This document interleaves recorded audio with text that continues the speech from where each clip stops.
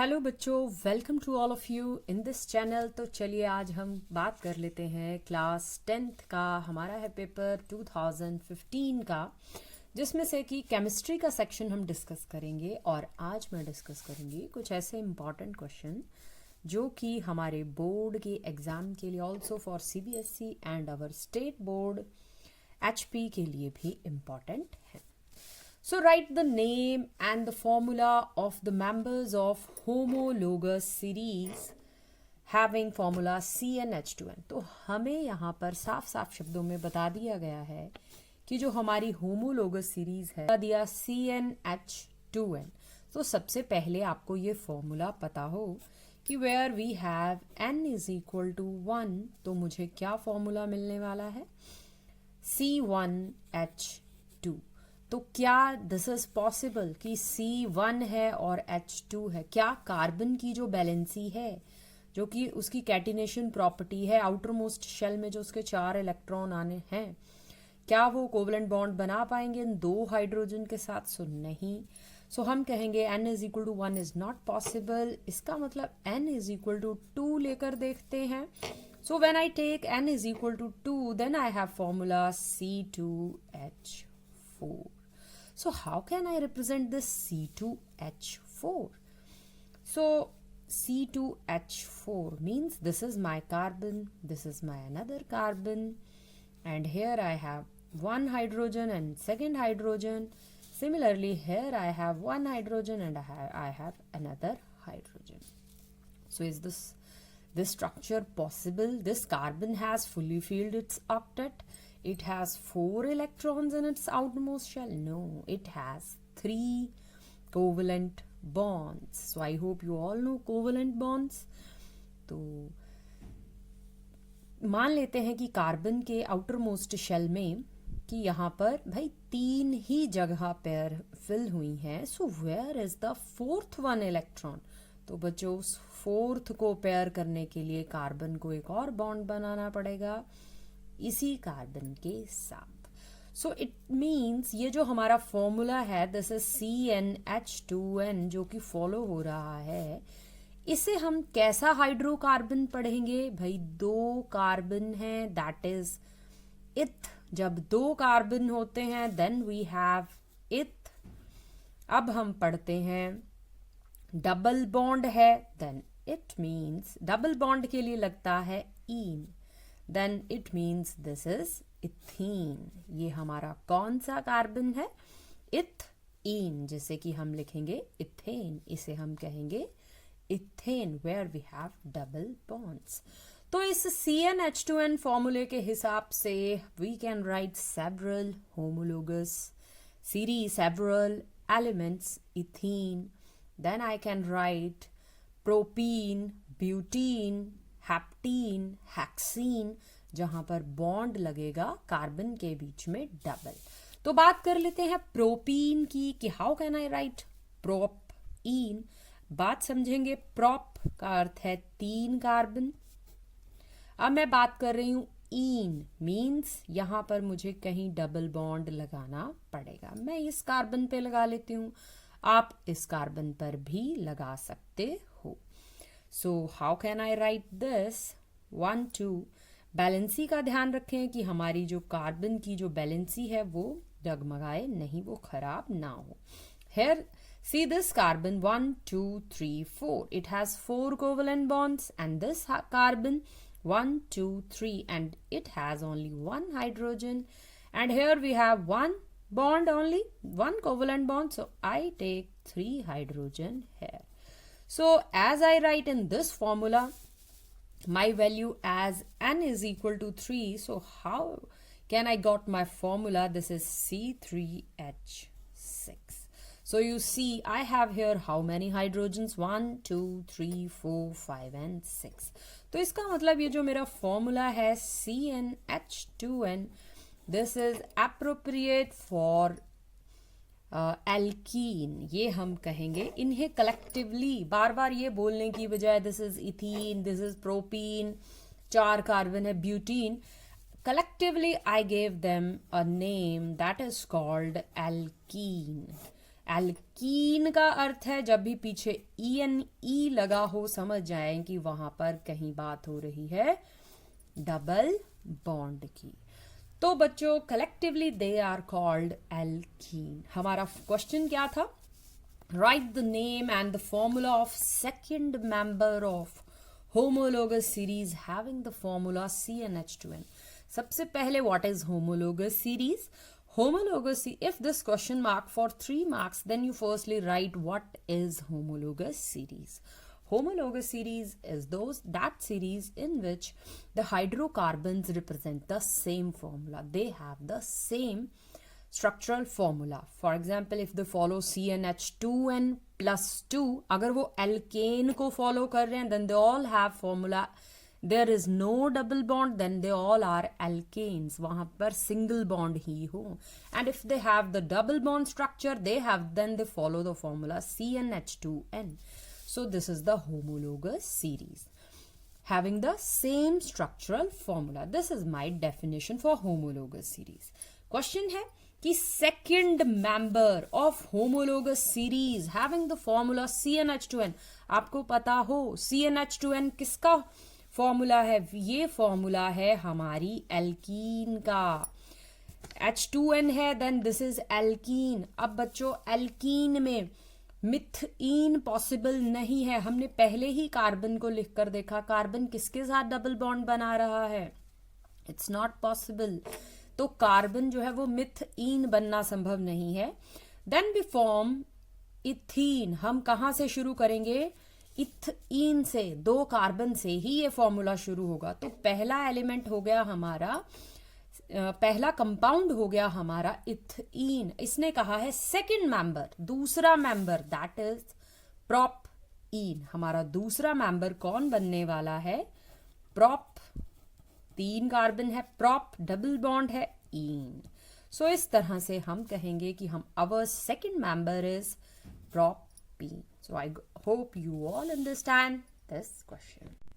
तो ये है हमारे पास एक क्वेश्चन कि difference between the molecular formula of soaps and detergents chemically, explain the cleansing action of soaps. तो ये क्वेश्चन कई बार एग्जामिनेशन में देखा गया है कि भाई क्लिनजिंग एक्शन ऑफ सोप की बात।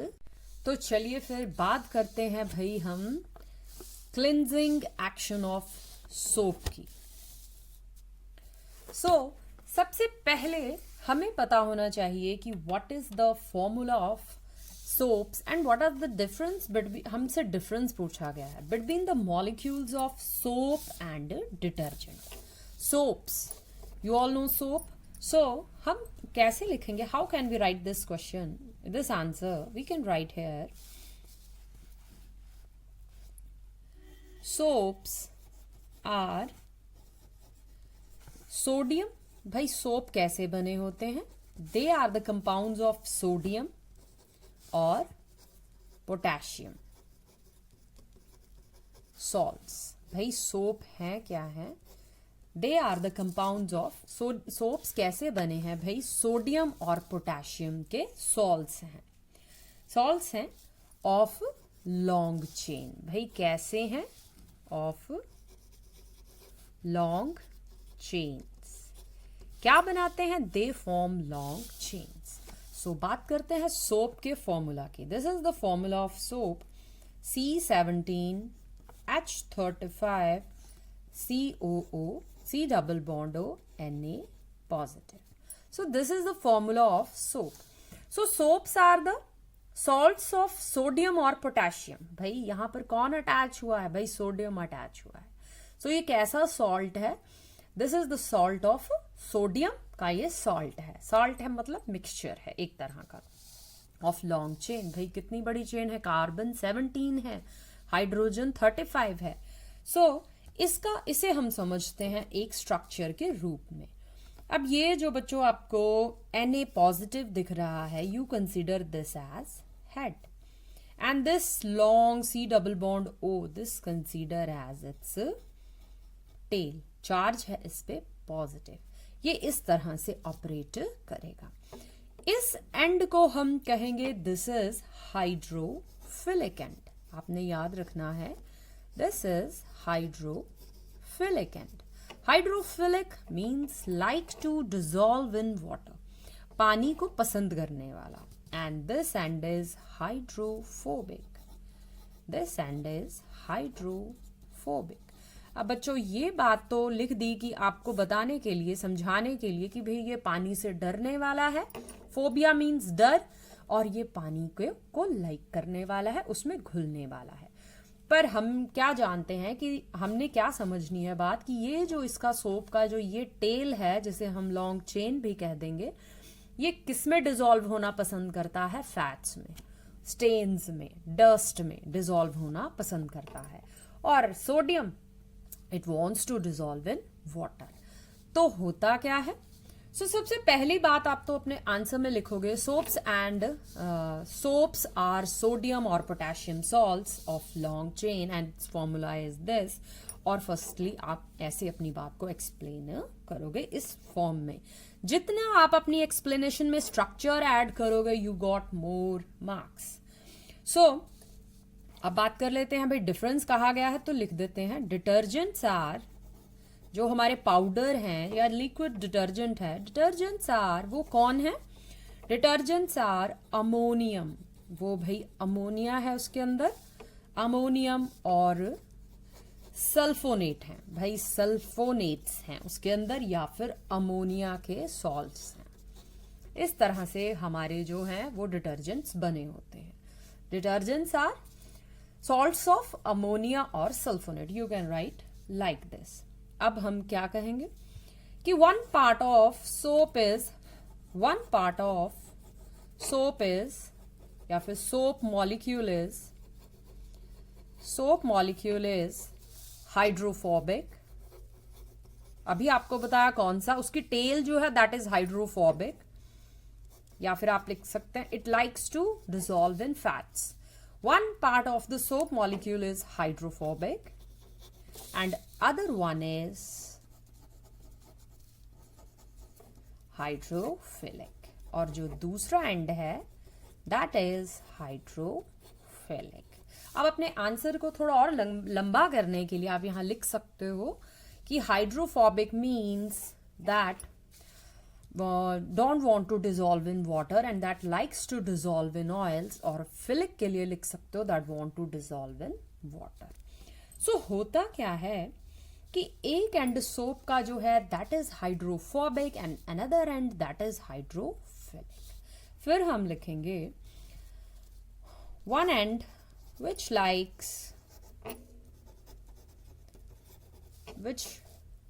is hydrophobic, या which like to dissolve in fats, which is hydrophobic,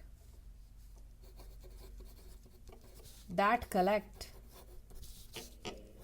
या that attach, वो किससे attach हो जाता है? that attach with dirt या फिर oil stain आप लिख सकते हो, that attach with oil stain and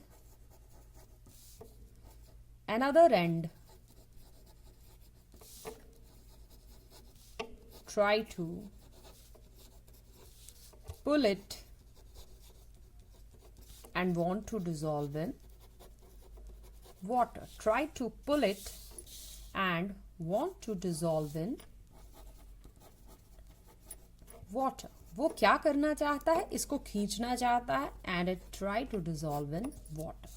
अब another thing आप लिख सकते हो, all these soap molecules they make a cluster या they make a colony, you can say cluster around the stain. So this colonies, ये जो colonies बन गई है, this is called Michels. So सीधा you can write another point on this Michel. You can write here that all these soap molecules they make a cluster around that dirt particle, that oil particle, that is called the Michels. And its hydrophilic end जो पानी में घुलना चाहता है, it pull this oil stain out. When we wash this, जब हम उस झाग को रिमूव करते हैं तो होता क्या है, this हाइड्रोफिल पानी डालते हैं जब हम, और ये जो अब पानी में घुलने वाला एंड है हाइड्रोफिलिक एंड है, जो कि पानी को पसंद करने वाला एंड है, वो क्या करते हैं, they all pull the strain from the cloth, and in this way the stain gets removed from the cloth. So if you write your answer in this way, you make a diagram and you express your point like this. तो अपने point को जब भी आप explain करें, you make your diagrams. This is the simplest way to write your answer. I hope you all understand. Here you write also Na positive, जिससे पता लग जाए कि this end is hydrophilic. It wants to dissolve in water. So I hope you all understand your two questions, and these questions are from the same chapter, carbon and its compound. So this chapter is very important from your examination point of view. So till then पढ़ते रहें, सीखते रहें. ऐसी ही explanations के लिए मैं फिर लेकर आऊँगी और टॉपिक पर 2015 के कुछ और important questions जो कि इस बार भी पॉसिबिलिटी है कि हमारे एग्जाम में आए. तब तक चैनल को लाइक करें, वीडियो को लाइक करें, चैनल को सब्सक्राइब करें. टिल देन, जय हिंद, जय भारत.